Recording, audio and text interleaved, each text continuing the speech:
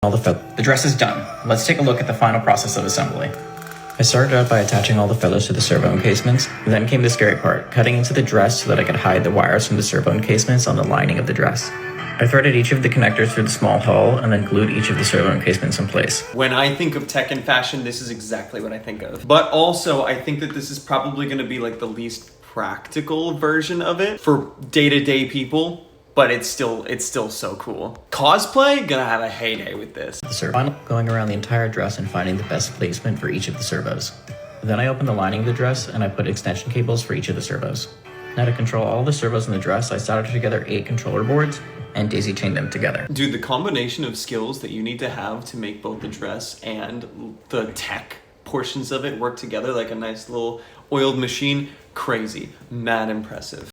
Together 8 controller boards and daisy chained them together.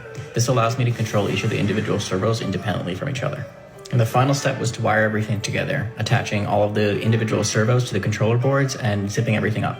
Now to upload some code and get it to work. This makes me think of birds' feathers and specifically the way that they thermoregulate. Like when it's hot, their feathers are like more flush to their body, but when it's cold, they'll like floof up and like create that insulation. I wonder if there's something there that could be cool.